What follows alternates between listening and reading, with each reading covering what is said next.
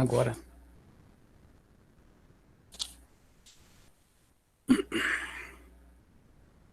Tem pouca gente, tem pouca gente. Vamos fazer com pouco mesmo, né? Vamos começar no horário, porque quem chegar atrasado, depois assiste o comecinho, ou depois assiste a gravação. Então, hoje, o que eu tava... Hoje a gente vai começar com ondas, então, de fato. Né? De fato. Então, a gente tinha parado, apesar que a gente tinha visto várias vezes, né? Certo? Vamos ver mais uma vez, porque a gente vai usar isso várias vezes.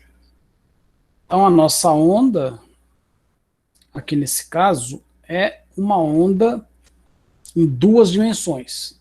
E aí tá claro, o que está fazendo, aonde a onda está se propagando é na superfície do lago. Então, uma onda mecânica precisa sempre de um meio para se propagar. No caso aqui, ele está vendo duas ondas, porque são as duas fontes. E para todos os efeitos, essas fontes agem como fontes putiformes, ou seja, fontes pontuais, longe da onde elas estão sendo causadas. Né?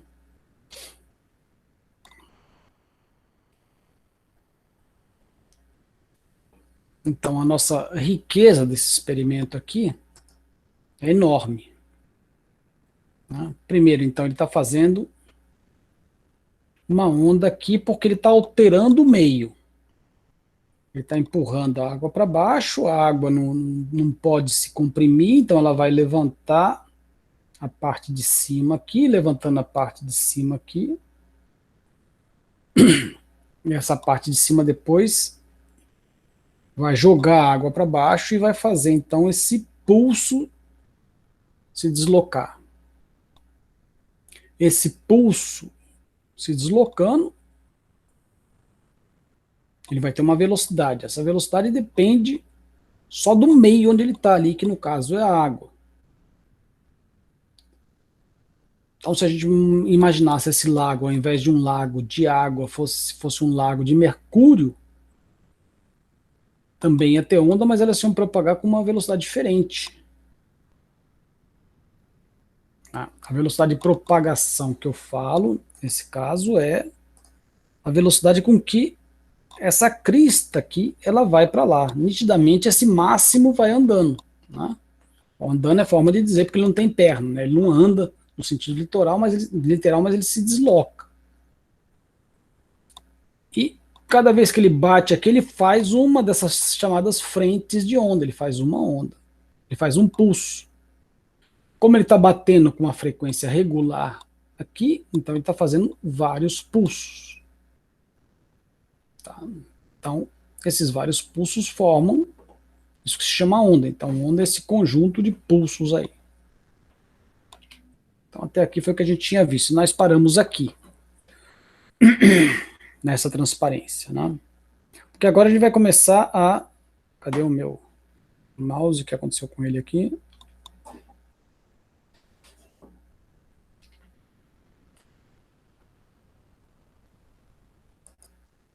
Deu algum pane aqui, mas já vai voltar já. Então, eu posso pensar um pulso lá primeiro.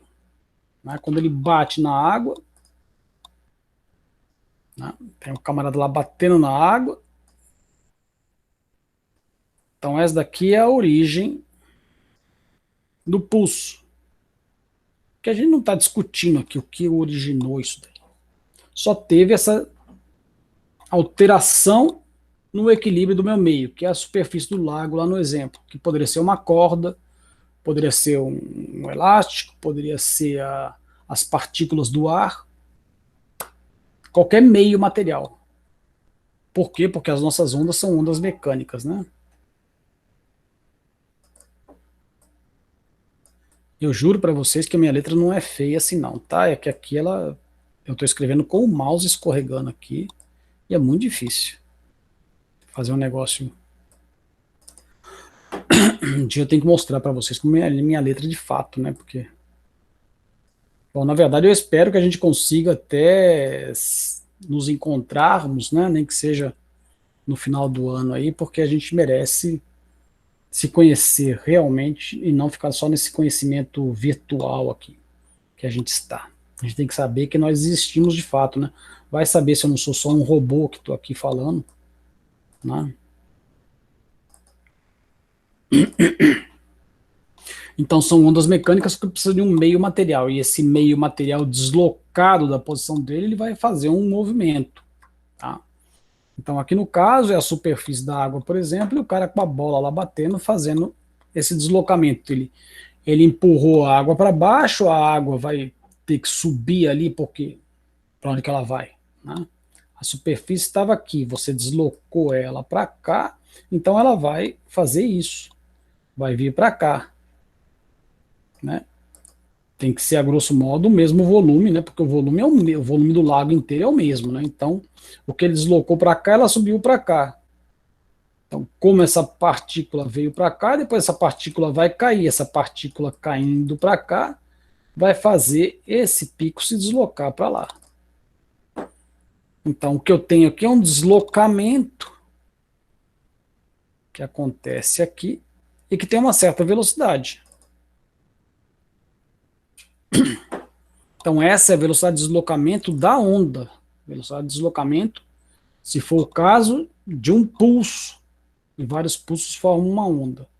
Então, esse pulso se desloca para cá, única e exclusivamente por conta de como é essa estrutura desse material que está aqui.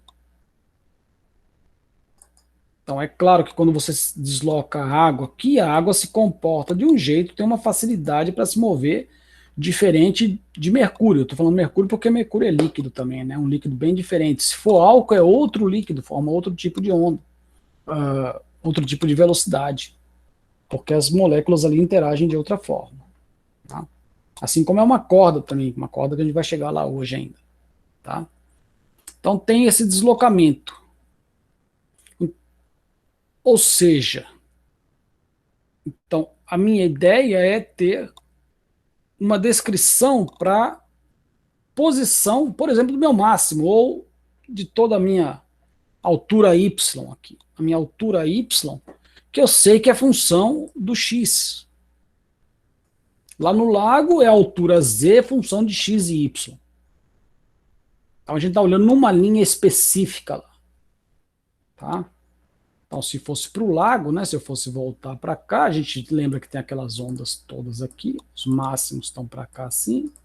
Né? Eu estou pegando uma linha e essa altura deveria se chamar, por exemplo, de Z, né, em função dessa direção, que pode ser o X. Tá? Ou a altura chamada de Y, acho que tem alguém querendo entrar. Já entrou, né? Conseguiu entrar aí, Joshua? Deixa eu ver. Entrou. Tá. Então, esse máximo se desloca. Ele está aqui, depois ele está aqui, depois ele está aqui, depois ele está aqui. Ou seja, o nosso objetivo, que é ter uma equação para o y, é porque o y, então, ele depende do tempo. Isso daqui é uma equação de movimento, né? Porque essa daqui é uma função do movimento, uma função que descreve o movimento.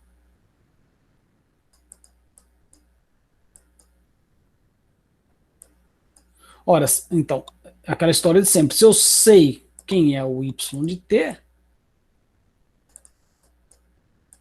eu sei da onde que ele veio e eu sei para onde que ele vai. De onde que ele veio é importante para quem? Por exemplo, para os investigadores aí, policiais, CSI da vida, né? Que quer saber por que o negócio aconteceu, então eu tenho que ter essa equação que me descreve tudo o que aconteceu, então eu sei que se hoje eu estou aqui é porque ela veio de lá. E nós, engenheiros, o que a gente faz? A gente sabe que essa função obedece isso, Então, se eu construir alguma coisa aqui assim, ela vai para lá. Ou seja, então a função que descreve a minha posição me permite saber o passado e o futuro. Então é isso que eu quero saber. Eu quero saber como que o y aqui depende do t. Ora, nesse caso ele depende do x também. Né? Porque nitidamente, aqui, se a gente puser, sei lá, por aqui, por exemplo, deve ter a onda, ó, ela depende das direções. Aqui no caso uma direção só específica, por exemplo, ela está variando com relação à posição. Né? Se está variando com relação à posição, já travou aqui. Esse negócio trava o tempo todo, essa gravação não sei porquê, mas bom. Então, se ela depende da posição, é um y de x. E eu tirei a foto para esse instante, no instante seguinte, ela está diferente, então ela depende do tempo também. Ou seja, essa foto aqui, num instante t, esse máximo está aqui, num próximo instante ele está ali para frente, num próximo instante ele está ali para frente, então ele está dependendo do tempo. Tá? Vamos ver o que eu tenho que fazer aqui para tentar sair daqui. Eu sinceramente não sei porque que ele faz isso, né? Mas numa gravação sempre faz isso.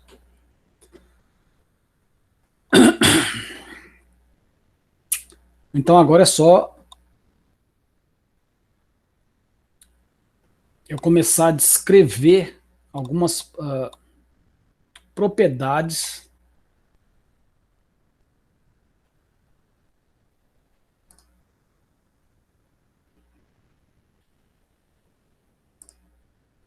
dessa minha função. Então eu preciso agora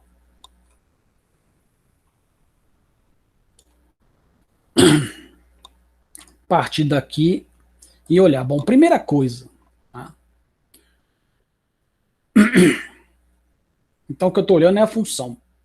Aqui, vamos dizer que eu tenho a função no meu instante que eu chamei de t igual a zero. É claro que t igual a zero é quando aconteceu o Big Bang lá, que nasceu o universo. Né? Mas quando eu vou começar o meu experimento, eu chamo aquilo ali de t igual a zero e pronto. E aí eu vejo que tem essa função. A função é literalmente essa daqui, né? Tá aqui a função, é zero depois e é zero antes, em função do x.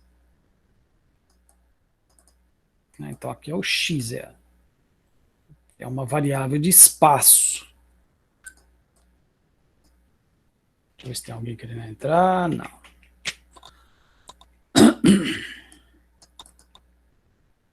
Horas, um tempo depois eu tirei e ela está aqui, é esse mesmo pico, só que na outra posição agora. Então, agora ela é zero o tempo todo aqui e tá para cá. Passado um certo tempo t.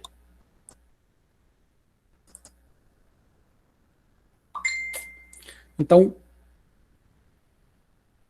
obviamente, essa vermelha aqui, se eu chamei de f de x,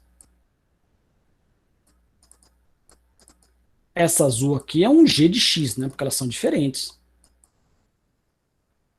Né? Uma função que está aqui e a outra função que está aqui assim, elas são diferentes. Mas, na verdade, a função é a mesma, só que deslocada. Então, se eu deslocar essa função aqui para colocar em cima dessa, elas ficam iguaizinhas. Você não consegue ver a diferença, as duas estão aqui. Por quê? Porque é a mesma função que simplesmente se deslocou no espaço. Se deslocou no espaço com uma velocidade v, e esse v constante.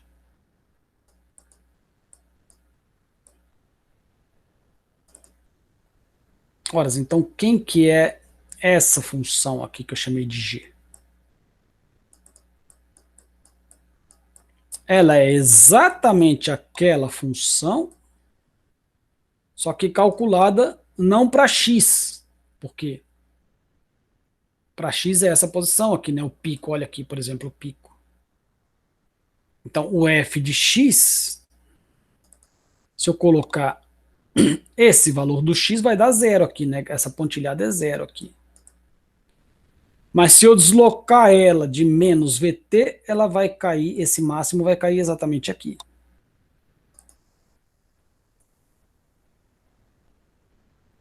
Então vamos pensar, sei lá, vamos dizer que esse valor de máximo aqui, para essa pontilhada, é 10. E aqui eu não sei, aqui está com cara de 35, por exemplo. Ora, o F de 10 é o ponto de máximo, né? Olha lá, é o ponto X para qual o Y é máximo. Né? Então, é o Y máximo. E quem que é para essa função f de x, o 35? O f de 35 vale zero, né?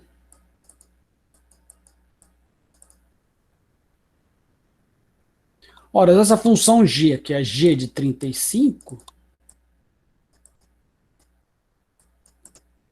é o valor lá de y máximo. Tá?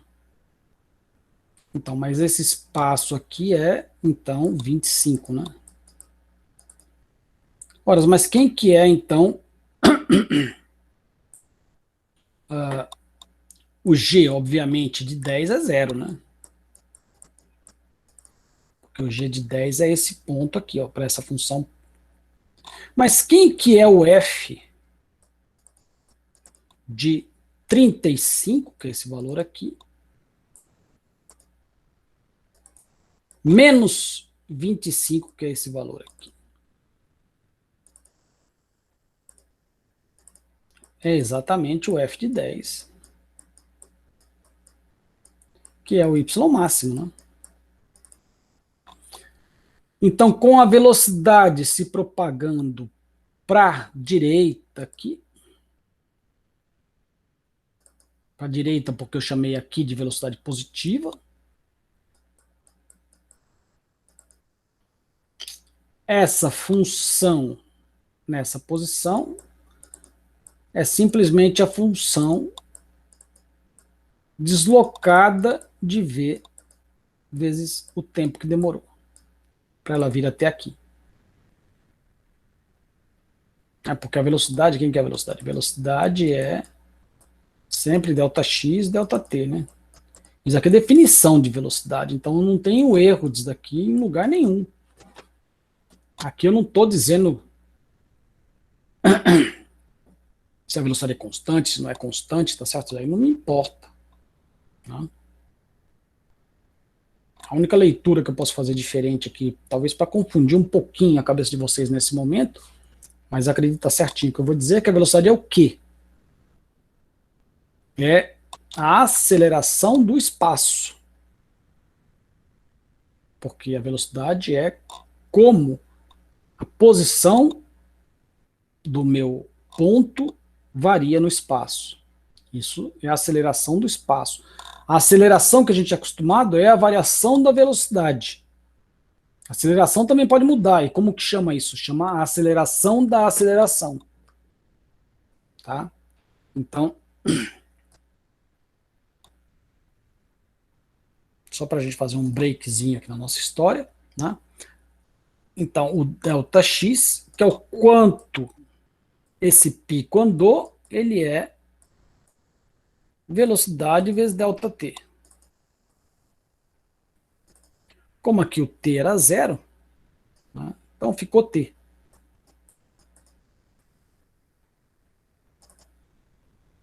Senão aqui, em vez de V vezes T, é V vezes ΔT. Tá? Então essa função inicial, que se desloca para a direita com uma velocidade V, ela vai, depois de um certo tempo, ser uma função, uma nova função, obviamente, que é a função antiga numa posição deslocada. Tá? Ora, eu desenhei aqui essa função. Eu peguei uma função, por exemplo, tá certo? Peguei uma função. Então, o que nós temos é isso, né? Tá? E aí eu escolhi uma função. Mas então o nosso pulso que viaja no tempo, né, se desloca no tempo, ele depende do espaço e do tempo. No tempo ele está se deslocando com uma velocidade v. Então ele obedece a essa relação aqui. Depois de um certo tempo t, aqui está o tempo t, a função é a mesma deslocada de v vezes t. Ora, às vezes daqui é um exemplo de uma função que depende de x e t. Tá? Essa função, aqui para t igual a zero, t igual a zero, você colocou zero aqui, deu só x ao quadrado, né? 2 sobre x ao quadrado mais 1. O máximo dela é para quando x é igual a zero, então esse ponto aqui é x igual a zero.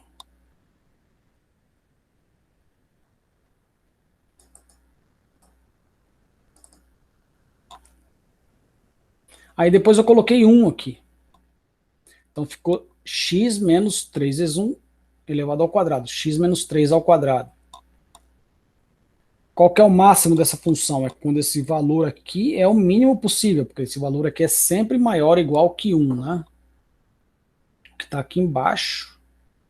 E alguma coisa ao quadrado mais 1. Então quando esse negócio aqui dá zero, é o valor que é o mínimo aqui. Quando ele dá zero, dá 2. Aqui quando dá zero, dá 2 também, né? Óbvio. Então aqui, ó, quanto que é esse valor aqui? Esse valor aqui é 3.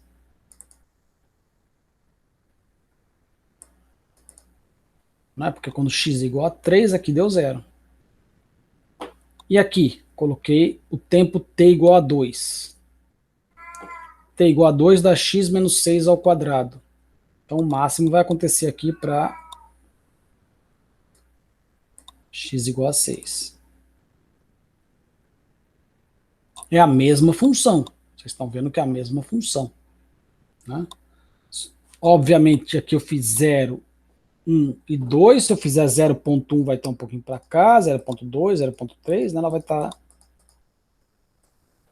Então se eu fizer uma série muito grande para vários tempos, eu consigo ver direitinho o pico se deslocando aqui.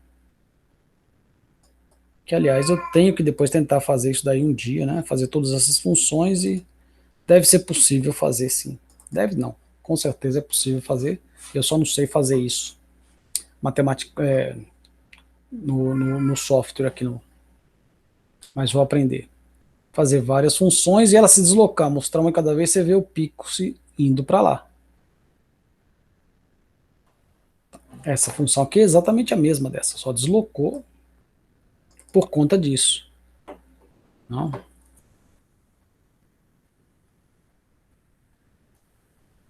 Então aqui a velocidade é 3. Como eu não sei a unidade aí, eu não posso falar 3 o quê? Se é 3 metros por segundo, 3 quilômetros por segundo. A velocidade é qualquer que seja a unidade do x aí, pela unidade do tempo, que eu imagino que é em segundos, né? Certo? Pela unidade do tempo. Se o x tiver metro e o tempo tiver segundo, é 3 metros por segundo.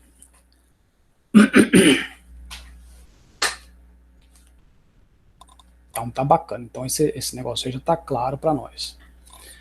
Quando eu falo que tá claro assim, tá certo, gente? Eu não tô, pelo amor de Deus, não quero impedir ninguém de colocar uma pergunta e dizer, não entendi isso daí, professor. Eu não perguntei porque o senhor falou que estava claro, então, bom, não.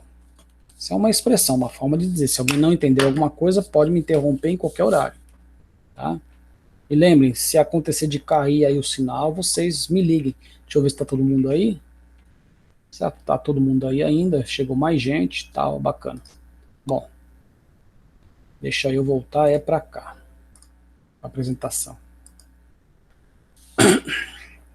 Então é isso. Os nossos pulsos são, como eu já tinha mencionado, eles podem ser transversais e podem ser longitudinais. Isso daqui quer dizer o quê?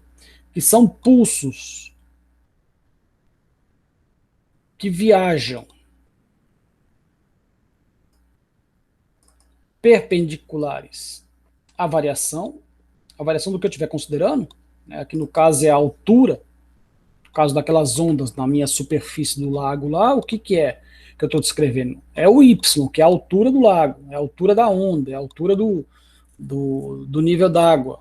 Por exemplo, se eu tivesse um monte de bolinha de ping-pong lá, as bolinhas de ping-pong que flutuam, elas ficariam oscilando ali. Então eu estaria medindo a posição das bolinhas de ping-pong.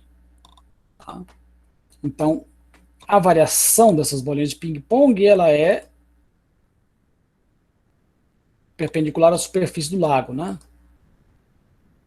A velocidade de propagação dos pulsos é a direção da superfície do lago. Então, transversal quer dizer o seguinte: o que eu estou analisando é transversal à velocidade de propagação do pulso. Que é então esse desenho aqui, ó. O meu pulso está nessa direção, y, e a velocidade de propagação dele está em x. Essa é uma onda transversal. Isso é um pulso transversal. Um pulso é o elemento básico de uma onda, né? Um pulso é a onda mais básica que existe. Pronto. Então a propagação desse pulso acontece na direção perpendicular ou transversal, né? Da onde vem o nome,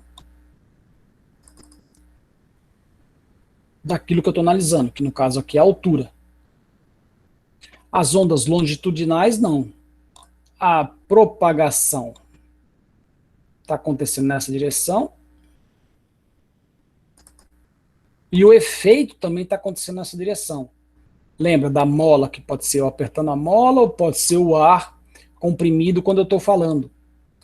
Todas as moléculas do ar estão aqui distribuídas igualmente, né, no espaço inteiro.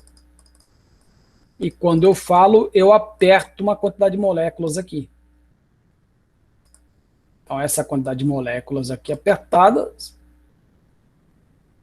porque eu fiz isso com o movimento da minha garganta, ela vai se propagar para lá. E o que está variando aqui é nessa direção também, né? É o acúmulo que está acontecendo para cá. Então, esse acúmulo vai acontecer para cá. E a propagação é para cá também. Então, a variação de pressão aqui no caso, ou o acúmulo das molas lá, acontece na mesma direção em que a onda viaja, que o sistema viaja. Daqui são ondas longitudinais.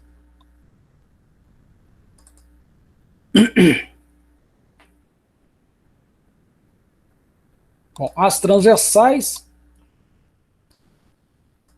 acontecem aquelas que a gente vai trabalhar agora, né, em mais intensidade para escrever as equações, certo? Como eu já falei na aula passada. E depois eu vou provar que são as mesmas equações para longitudinal. Então a gente não vai ficar rebatendo as equações, a gente vai ver outras propriedades das ondas longitudinais. Tá? As ondas transversais. Então, por enquanto, eu entendo essa figura aqui como sendo para ondas transversais. Depois eu vou ver que vale para onda longitudinal também. Só um minutinho aqui, deixa eu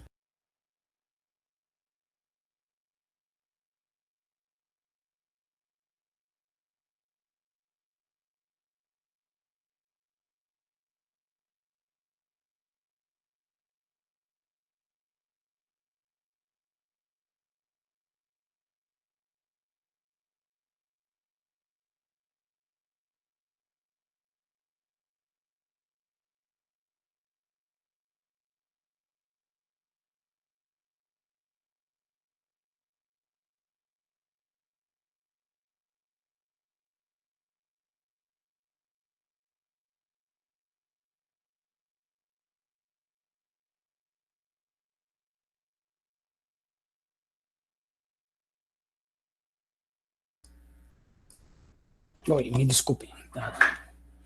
Tinha minha gatinha querendo falar aqui comigo, aí tive que levar ela ali para dar comida para ela. Vamos lá. Então vamos voltar aqui. Então, essa daqui para nós, para todos os efeitos agora, é uma onda transversal. Tá? E depois, então, como eu prometi para vocês, né, como eu já disse, vai ficar claro que as equações são a mesma, então também vale isso para onda longitudinal. Só não está claro ainda para nós como. Então vamos focalizar aqui em onda transversal. Então, o que eu tenho aqui é a onda variando com a posição x, certo?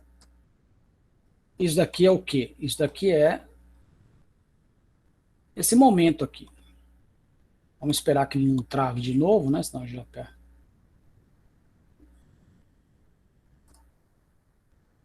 Foi só falar, né? Já travou.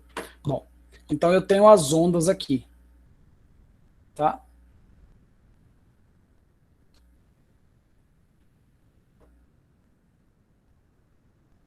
Vocês estão me ouvindo aí? Dá um sinal, porque eu não sei o que aconteceu aqui. Estamos Gostaria sim, que professor. falasse. Estamos sim. Tá, porque aqui minha tela sumiu inteirinha aqui agora. Tô ouvindo sim, professor. Vocês não estão vendo nada, né? Deve É, estar deu um bug mesmo. não sei, aqui a tela desligou aqui. Computador não, mas a tela desligou aqui. Aí para dar aula assim vai ficar difícil, hein?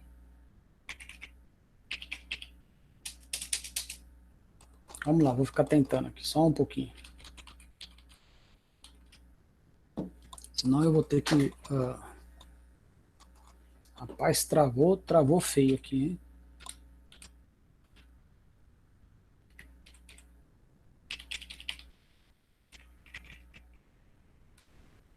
Bom, deu um pau aqui, desligou e eu ligo, tá certo? E eu acho que vai cair aí, porque eu até consigo... Deixa eu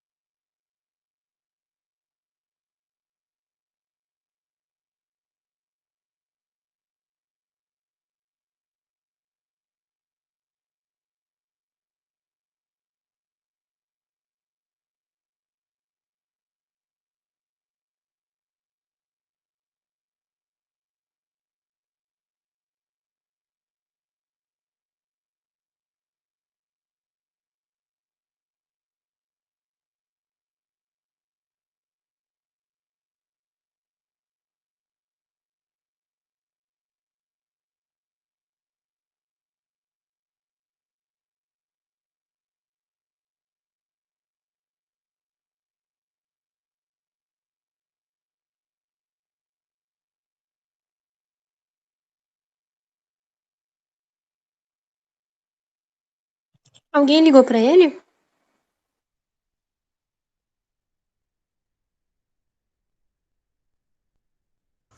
Ele reiniciou o computador, não foi não bugou não. Ele que reiniciou. Ah, tá. Achei que ele tinha saído. Porque a internet caiu.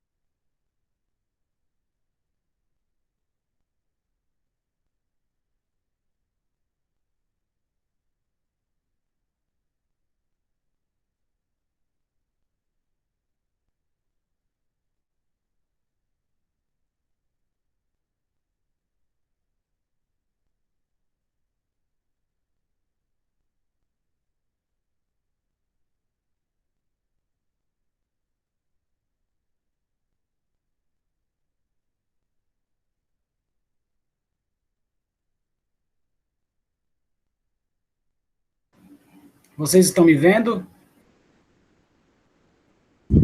Estamos sim, professor. Tá bom. Mudei o computador, aquele ali recebi a mensagem ali que foi problema de temperatura. Até o computador está com excesso de temperatura. Próxima vez eu vou colocar ele lá na piscina e pronto, né? Certo? Seria bom, né? Então vamos lá, vamos retomar, não sei, liguei o outro aqui, tá certo? Então, aquele que é lerdinho, mas funciona, quer dizer, não sei até onde que ele vai aguentar aqui, mas vamos ver.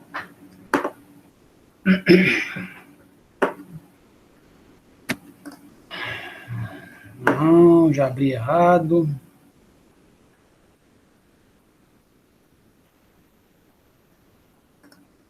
Tá dividindo a tela aí, vocês estão vendo a tela dividida? Acho que não, né? Compartilhar, disse que está gravando aqui.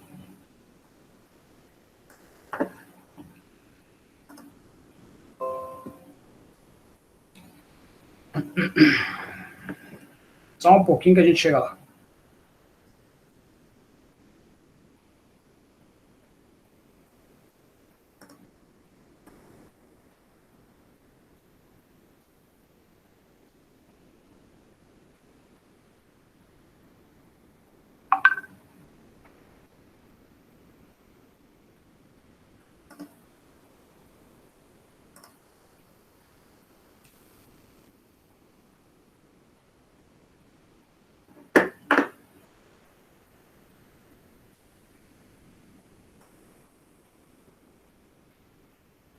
Pronto, acho que agora vai. Então vamos lá, onde que a gente tinha parado aqui? A gente estava no fato, então, de eu querer entender, mostrar para vocês lá naquela figura, que essa daqui é a onda, né, em função do x. Então essa daqui é a parte visual dela, né? Estou lá no lago e estou vendo isso daqui. Estou olhando uma linha lá. Ora, essa onda ela tem uma amplitude, é uma variação aqui que é o máximo dela, e esse máximo ocorre tanto para cima quanto para baixo. Tá?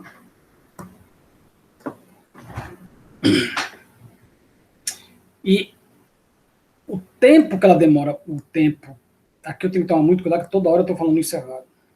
a distância que ela demora para se reproduzir é chamada comprimento de onda.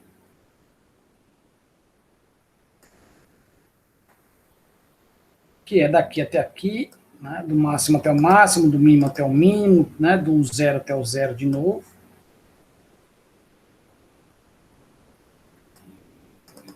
Isso daqui é chamado de comprimento de ondas. Ora, isso daqui depende do quê? Isso daqui depende claramente da frequência com que o cara está batendo na superfície do lago lá, né?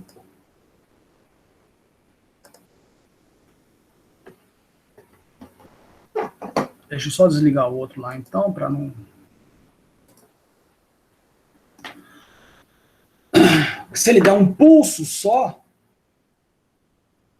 se ele fizer só uma vez aquele movimento, esse pulso vai viajar, mas aí eu não tenho nem comprimento de onda associado, né? Então, se ele der um pulso cada vez mais lento, quer dizer, quando ele bate, depois ele bate, depois ele bate, então o comprimento de onda vai ficar assim. Se ele fizer muito rápido, o comprimento de onda fica assim. Então, o comprimento de onda tem a ver com a fonte lá, com o que está provocando a onda, né?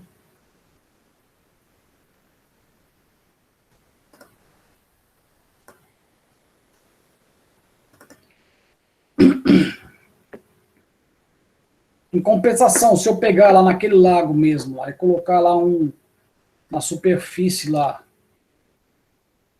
uma varetinha lá, fixa no fundo, e aqui nessa varetinha colocar um observador, por exemplo, um sapo lá. E esse sapo, ele está numa posição só. Esse sapo vai ver o quê? Vai ver o pulso chegar, né? E depois vai ver o vale, depois vai ver outro pulso, depois vai ver outro pulso. Então, ele vai descrever a onda conforme a variação no tempo. Ele está fixo na posição.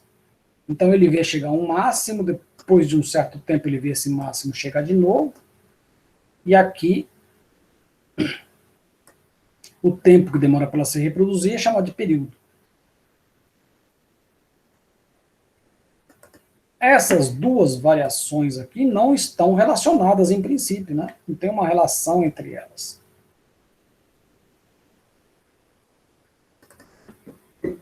Bom, eu estou sentindo que tem alguma coisa, né? Elas estão relacionadas porque então, conforme o camarada ficou batendo aqui no lago, ele foi criando essas ondas, e essas ondas vão viajar no tempo. E essa viagem dela, essa velocidade dela para lá, é que só depende da água que eu tenho lá. Se é água, se é mercúrio, se é água salgada, água doce, se é cheia de água-pé ou não, tá certo? Isso aí muda o meu sistema onde ela se propaga. Então a questão agora é o que relaciona isso? Velocidade, o comprimento de onda e o período. Então o sapinho está aqui olhando. E ele vê passar um máximo e depois de um outro certo tempo ele vai passar outro máximo. Então ele mediu esse tempo aqui.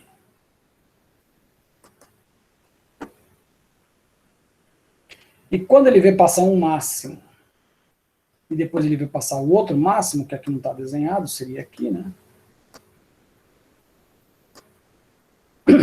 Então, isso que ele viu passar é um comprimento de onda.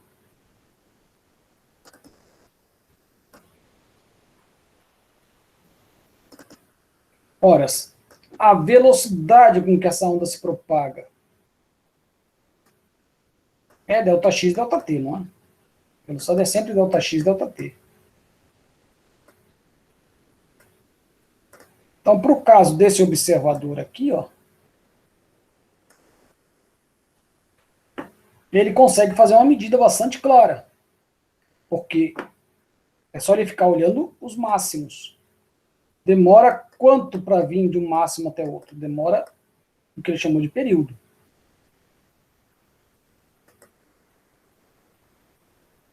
E a distância que separa esses máximos aqui é o comprimento de onda. Né? É o comprimento de onda.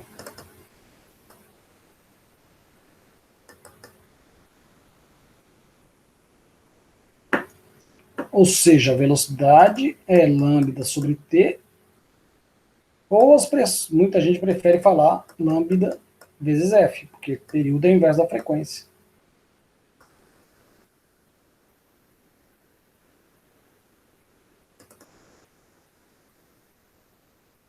Você vê, toda equação sempre tem uma justificativa. Né? Então, eu não decoro V igual a lambda F, mas eu entendo o que é V igual a lambda F.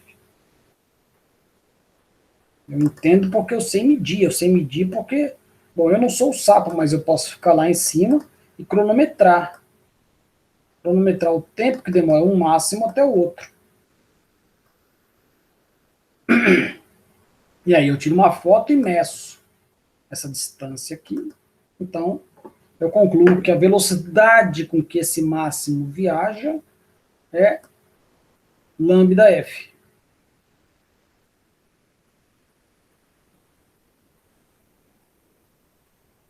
E é uma velocidade constante que só depende do meio. Por que só depende do meio? Porque a perturbação foi feita no meio, e a perturbação é aquilo que alterou o meio. Como você altera o meio depende da relação intermolecular ali. Não intramolecular, mas intermolecular, entre as moléculas que estão ali se fazendo. E cada uma reage de um jeito.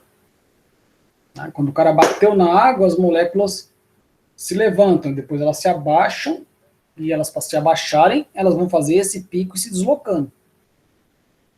Esse pico se deslocando acontece com aquela velocidade, porque é aquela água.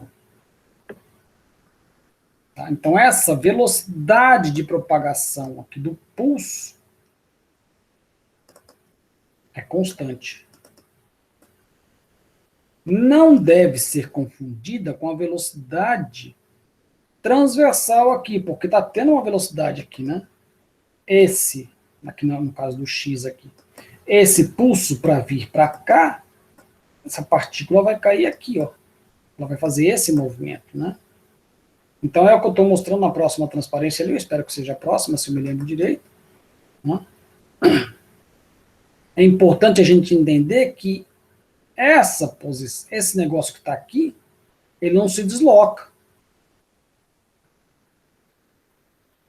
Lembra daquela nossa figura na superfície lá, que está tudo se movendo? Se eu colocar uma bolinha, um monte de bolinha de ping-pong lá, todas elas pintadas, todas elas diferenciadas, ou uma só, não importa, o que vai acontecer? Ela vai subir quando a onda sobe, e depois ela vai baixar quando a onda abaixa, vai com o mínimo. Mas ela não vai nem para a esquerda nem para a direita, ela não se propaga. A bolinha que está lá não se propaga. A bolinha representa uma daquelas moléculas que estão ali. Então a molécula faz um movimento na transversal. Então existe essa velocidade transversal aqui, que não tem nada a ver com a velocidade de propagação do pico. Tanto que essa velocidade de propagação do pico aqui, que é a velocidade de propagação só, já não fica mais falando velocidade de propagação do pico, é a velocidade de propagação, ela é constante, enquanto essa daqui tem uma aceleração. Essa aqui muda no tempo. Né? Porque ela tem que chegar até o máximo, depois ela tem que abaixar. Então ela tem que fazer, na verdade, um movimento do oscilador harmônico aqui. Ó. Enquanto o pico está viajando para lá. Tá? Então não é a próxima transparência, depois eu volto para isso aqui de novo. Então a nossa função repetitiva, o nosso pulso repetitivo básico, ele é da forma seno, cosseno, né? Sempre dessas funções periódicas fundamentais, que são o seno e o cosseno. Uma função de x e t é uma função periódica. A função periódica fundamental de x e t é uma função de seno, É uma função seno que depende do x e depende do t. Dessa forma, porque se é um, eu estou querendo descrever pulsos que viajam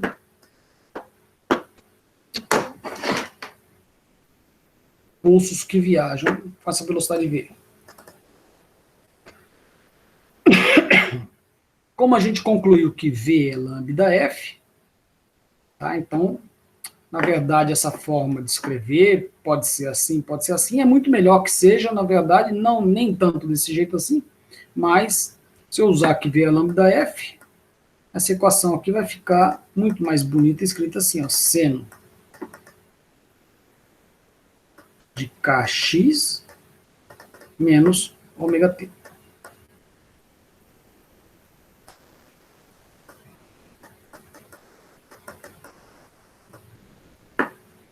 Onde K é 2π sobre lambda e o ômega é 2π f ou 2π sobre período. Ora, o ômega a gente já sabe o que é, né? O ômega é a frequência angular. É quantas vezes eu tenho uma rotação de 2π no meu sistema. Porque é angular. A frequência é quantas vezes o ciclo se repete por segundo. O período é quanto tempo ele demora para se repetir. Então, a frequência angular a gente entendeu. Esse daqui, que é um novo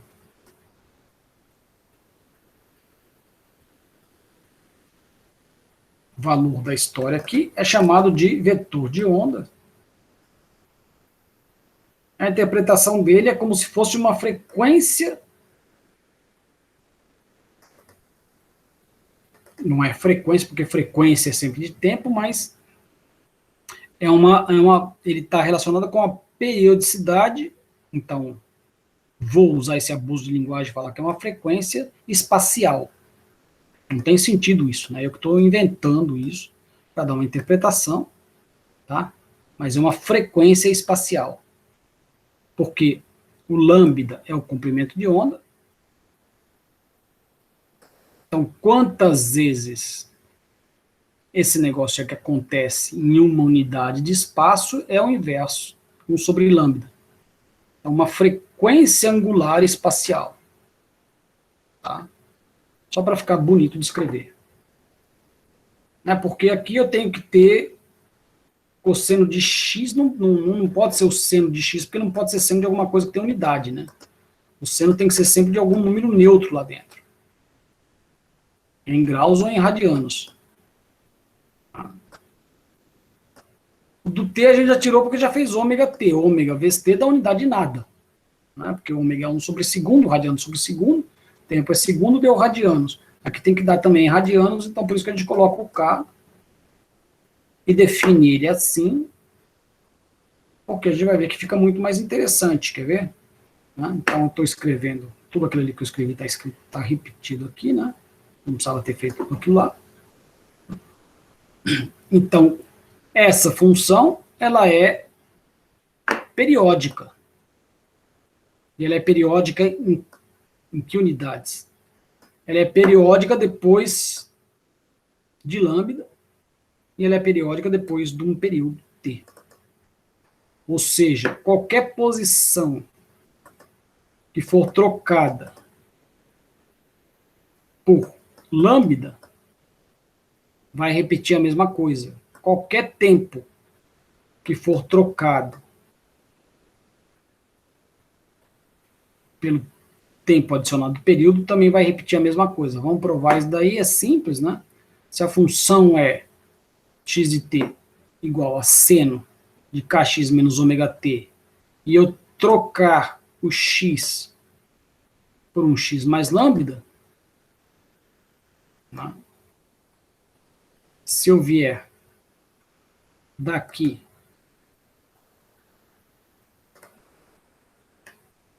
para um lambda que vai estar aqui, mas aqui é o lambda, né? Tanto aqui que eu andei é o lambda. Quanto que vai valer a função? Ora, eu só substituo aqui, então, onde entra o x, eu ponho x mais lambda, que é aqui dentro. Faço a multiplicação aqui, fica o kx mais k vezes lambda, k vezes lambda, o k é 2π sobre lambda. Então o lambda aqui cancela, dá 2π. Então essa função na nova posição, ela vale seno de kx mais 2π menos ômega-t. Ora, o seno de um valor qualquer é exatamente igual ao seno de um valor qualquer mais 2π. Então você retoma a tua função. Essa daqui é exatamente o que eu tinha na posição anterior. Pronto, então ela é periódica com lambda. A coisa é a mesma se eu fizer para t. Se eu trocar o t por t mais período. Então era 10 segundos o período. Qualquer tempo mais 10 segundos vai dar a mesma função. Vamos ver isso daí que é tão rápido que vale a pena. Aí eu pego o t aqui e substituo por t mais o período. Então dá ômega t menos ômega vezes o período. Ômega é 2π sobre o período, então cancela aqui. Ou seja, essa função, depois de um tempo que é igual ao período a mais, me dá seno de kx menos ômega-t menos 2π. É a mesma coisa, né? Seno de θ é exatamente igual ao seno de θ menos 2π. Então a função se repete. Então, desse jeito, ela é periódica. Pronto, então isso daqui é uma função que descreve a nossa onda lá, provocada por um trem de pulsos iguais. O camarada tentou fazer igual lá, batendo com a mesma frequência, e a gente viu.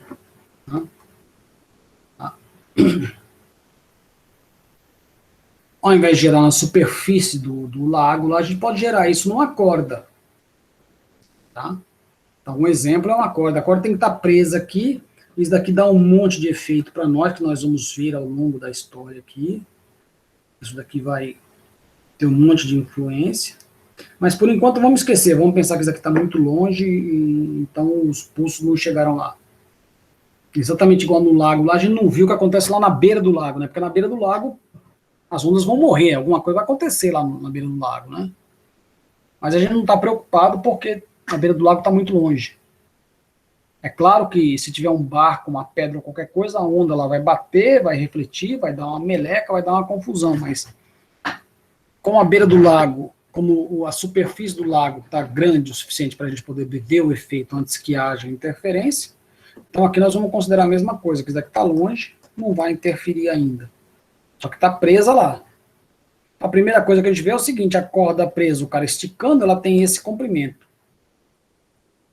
Quando ele dá um pulso para lá ou para cá, o comprimento dela tem que mudar. Então, isso aqui é o L0, e quando ele deu o pulso nela, ela muda, passa a ter um comprimento L, onde o L é maior que o L0. Não tem problema nisso. Por quê? Porque essa é exatamente a questão do pulso. O pulso só acontece porque a corda está esticada e o cara que forçou ela para levantar para lá, ele está mudando a distância média entre as moléculas. Aqui a distância média entre as moléculas era assim. E quando ele está nessa posição de pulso, a distância média entre as moléculas é assim, é maior. Então, por isso que o comprimento da corda aqui é maior. Eu não posso me chocar com isso. E é o fato que você deslocou a posição média entre elas que faz um pulso. É exatamente a questão da água lá. A superfície estava paradinha, o cara foi lá e bateu na água. Então ele deslocou as moléculas dali. Aqui também, ele está deslocando as moléculas aqui. Então, ele levou o pulso para cima e depois jogou para baixo, tá certo? Então ele está dando um pulso está deslocando elas, elas querem voltar para a posição inicial, para a posição delas de equilíbrio, então elas fazem com que esse negócio vá para frente. Esse efeito que ele fez aqui vai ser propagado para os outros, que estavam em paz, mas eles vão receber esse problema porque essa aqui quer se acomodar agora. Aí é um pulso só. E se ele fica fazendo isso repetidamente, então provoca essa função. E o que é interessante a gente notar é que cada pedacinho da corda está representado aqui nesse ponto, mas pode ser nesse ponto, pode ser nesse ponto, pode ser em qualquer ponto. O único movimento que ele faz é esse, o movimento da corda. Esse pedaço de corda aqui, se eu pintar ela de verde, eu não vou ver esse pedaço de corda aqui, aqui, aqui. Esse pedaço de corda não se desloca para cá. Mas o pulso se desloca, o máximo se desloca. Então a gente já começa a entender que essa velocidade de deslocamento depende realmente só da corda. Se for uma corda mais fina, vai ter uma velocidade, se for uma corda mais grossa, vai ter outra. E se ao invés de corda for borracha, vai ser outra. Tá? No entanto, tem essa velocidade aqui, transversal. E essa velocidade transversal, o pulso está aqui embaixo, aqui a velocidade é zero, aí depois ela vai começar a andar para lá, vai atingir velocidade máxima, depois vai ficar zero aqui, depois vai voltar para cá. Então, nessa direção aqui, o meu elemento da corda está fazendo um oscilador harmônico. Se ele estiver dando aqui o pulso na forma do oscilador harmônico, né? Claro que se ele estiver fazendo diferente é outra história. Tá? A gente vai descrever essa velocidade aqui, mas a que importa para nós realmente é a velocidade de propagação do pulso aqui.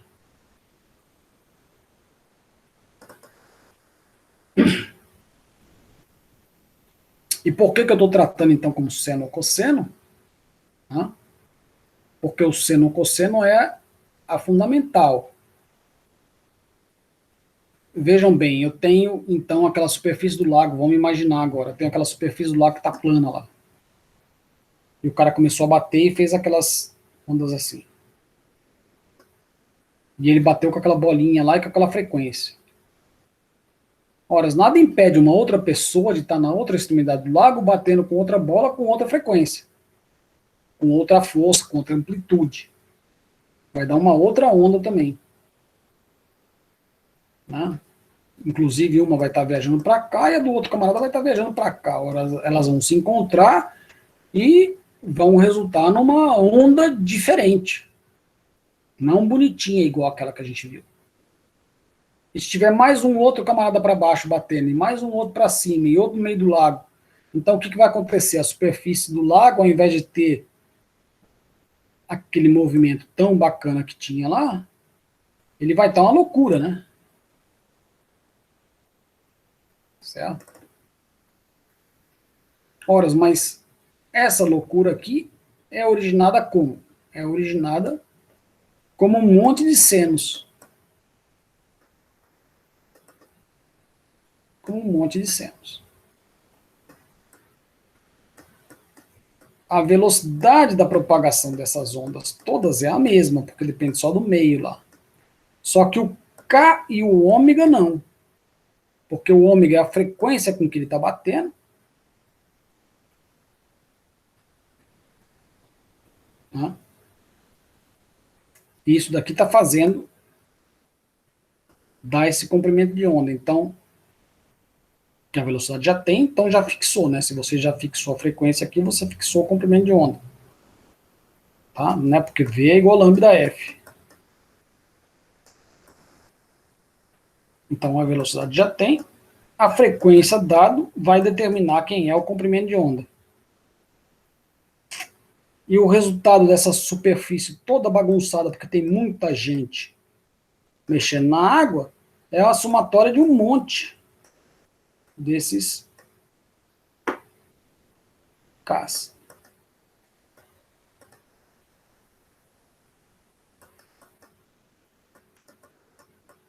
Bom, isso daqui é chamado um espectro de Fourier. Fourier que analisou muitos aí, que pensou nisso, tá? E entendeu, então, que qualquer onda que você tenha lá é a somatória de um monte de senos e cossenos. Então, para nós aqui, vamos estudar um, depois a gente vai fazer a soma até de 2, tá certo? Quando faz de 3 já começa a ficar bem mais, o desenho já pode ficar bem mais amplo, né? Mas a gente pode fazer até uma onda quadrada. O pessoal de elétrica já sabe o que é isso aqui, uma onda quadrada. É quando você tem uma diferença de potencial, que é zero aqui, ou constante, tanto faz, e que é 5 volts aqui, ou um outro número constante, tanto faz, 0 e V0, né? Essa onda quadrada você faz somando um monte de seno ou cosseno. Você pega seno ou cosseno de frequências diferentes, e você consegue fazer esse tipo de onda, que é o mais difícil possível. Então você consegue fazer qualquer onda, você consegue fazer uma onda triangular, você consegue fazer o que você quiser, só somando senos. Senos com argumentos diferentes. Né? Entendeu? Um camarada que fica batendo uma vez por segundo, outro camarada que fica batendo outra vez a 0,9 segundos, outro que fica batendo a 0,8 segundos. Quando você soma tudo, aí você obtém a onda que você quer. Do contrário, também é verdade. Qualquer outra onda é a soma de um monte de ondas fundamentais. Então, para nós, interessa estudar essa forma que a gente viu aqui. Né?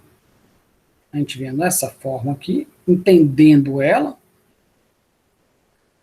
depois a gente pode fazer a decomposição para qualquer outra onda. Pode não ser fácil fazer. São integrais, é um negócio que já está bem estabelecido. Pode ser integrais extremamente difíceis, mas, bom, é outro problema. Né? Não é a nossa questão. Tá? Então é isso. Então, o que eu tenho é uma direção de propagação do meu pulso, né? Caracterizado por um comprimento de onda e uma frequência. Tá? Ou por um período, tanto faz. Né? Que é a frequência angular dividido por 2π. É tudo igual, né? Tudo igual. Então, essas duas coisas aqui, elas ficam determinadas pela velocidade de propagação do meio, ou vice-versa, o meio determina a velocidade de propagação. Né? Então, a gente entendeu isso daqui. Então, a gente já avançou bastante. A gente já avançou bastante. Tá? Só para comentar o que a gente já sabe, mas vamos deixar bem claro. Né? Então, isso aqui é meio comprimento de onda. Ó. O comprimento de onda inteiro é aqui. Ou duas metades de comprimento de onda. 3 metades de comprimento de onda. Né? Uma metade, 2 metades, 3 metades. 4 metades de comprimento de onda. Exatamente 2 lâmpadas. E assim vai. Tá? Nós vamos voltar depois para essa figura aqui, porque isso daqui é um caso de uma onda presa, né? Uma onda estacionária. Tá? Mas por enquanto está só definição em termos de um monte de palavreado. Né? Eu não sei por que agora de tarde foi bem mais rápido do que de manhã. Acho que de manhã eu fiquei falando mais de outras coisas, não sei o que foi, mas deixa eu ver se eu me lembro de alguma coisa a mais para falar. Não, eu parei por aqui de manhã, tá certo? Então eu vou parar por aqui também. Apesar de ter dado esse pane aí tudo, a gente chegou no mesmo lugar. Deixa eu ver, me lembrar de alguma coisa a mais que eu falei de manhã. Mas sobre ondas é isso que a gente precisa. Eu vou chegar uma hora lá na frente e nós não temos ainda a equação que gera ondas. E isso está bem estabelecido, né? Inclusive, bom, já era uma equação conhecida, mas um camarada chamado James Clerk Maxwell,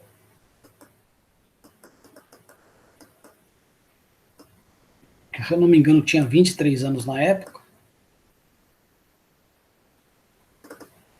ele viu as propriedades do eletromagnetismo, ele conhecia muito bem o eletromagnetismo, conhecia a lei de Coulomb,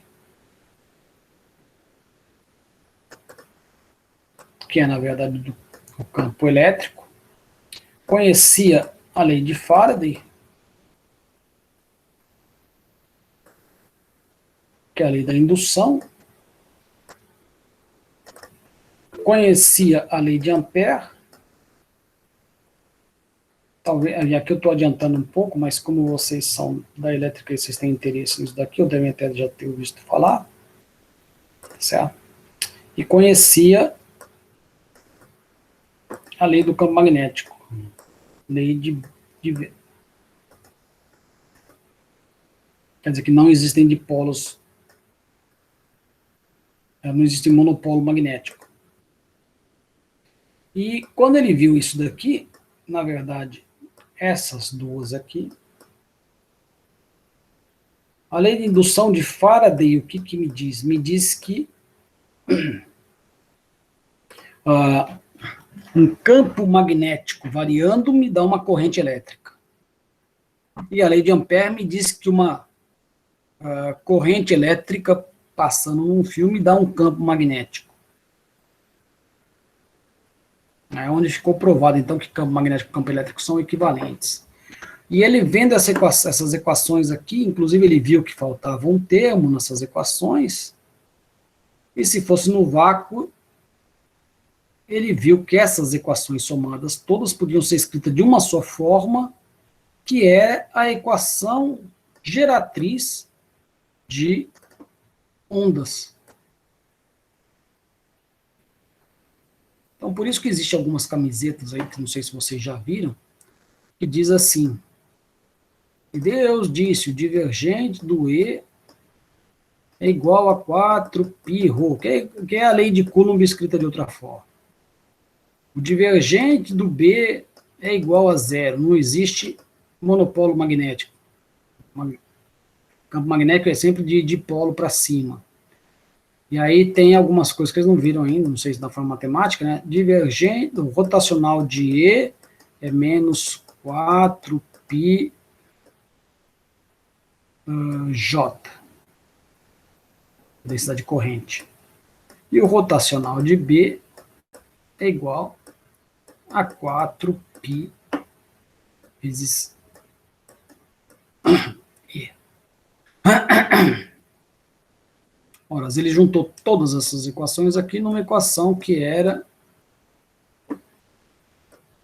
D2E menos 1 sobre C2, D2E dt2 igual a zero. Isso vale para o campo elétrico e vale para o campo magnético. E isso aqui é a equação de onda. Essas ondas.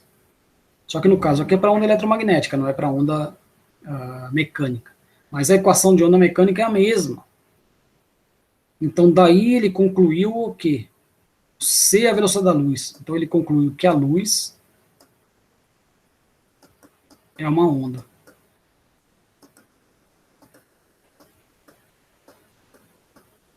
E todos os experimentos colocando luz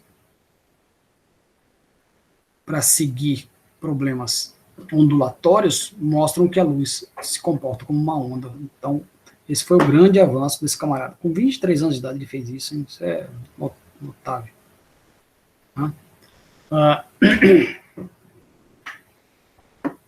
Bom, eu acho que eu tinha terminado tudo por aqui. Se vocês têm alguma dúvida, acho que a gente poderia discutir um pouco, Eu estou ouvindo vocês, vocês podem falar alguma coisa para ver se eu ouço vocês, não? Estamos ouvindo o senhor, sim, professor. Está ouvindo a gente? Perfeito. Estou ouvindo sim. Então é isso, vamos parar por aqui, porque eu parei aqui hoje de manhã. Aqui é onde agora a gente vai trabalhar com a velocidade transversal, a velocidade que faz cada pedacinho da corda lá na direção perpendicular à velocidade de propagação do pulso. Então, um pedacinho da corda ele fica fazendo esse movimento, enquanto o pulso viaja para cá. Então, a gente não pode confundir então, a velocidade de propagação do pulso com a velocidade transversal. Por isso que a velocidade transversal leva um índice aqui, que é a velocidade em Y, que é deslocada, não tem nada, não tem relação com essa velocidade em V aqui.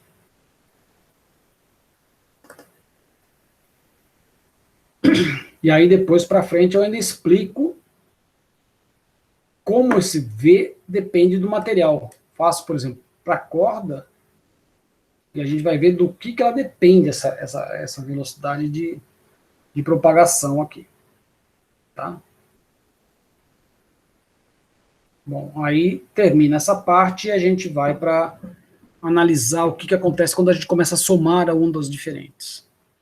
Certo? Bom, então, gente, deixa eu sair daqui, voltar lá para a nossa gravação.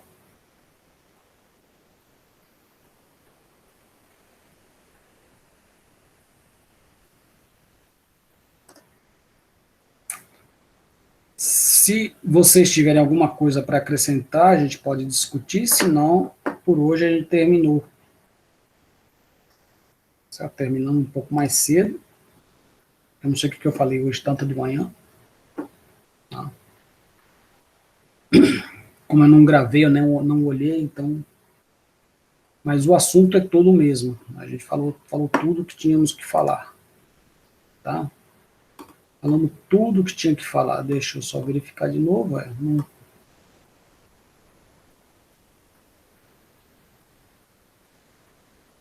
Bom.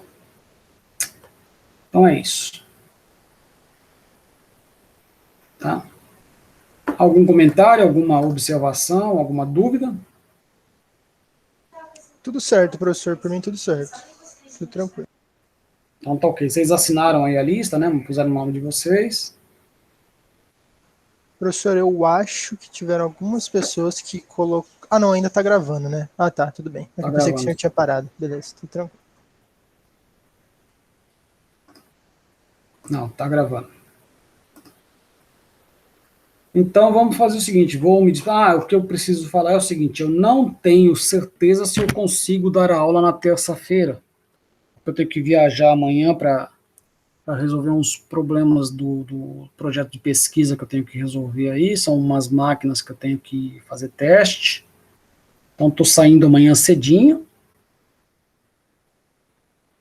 Como eu só dependo da internet, vai depender de onde eu vou estar, ou se aonde eu vou estar vai ter internet. Eu só vou saber disso na segunda-feira. Então na segunda-feira eu mando mensagem para vocês. Se acontecer de eu não puder dar aula, bom, nós estamos dentro do prazo ainda, não tem problema nenhum. A gente repõe depois, né, mas a gente está dentro da agenda perfeita.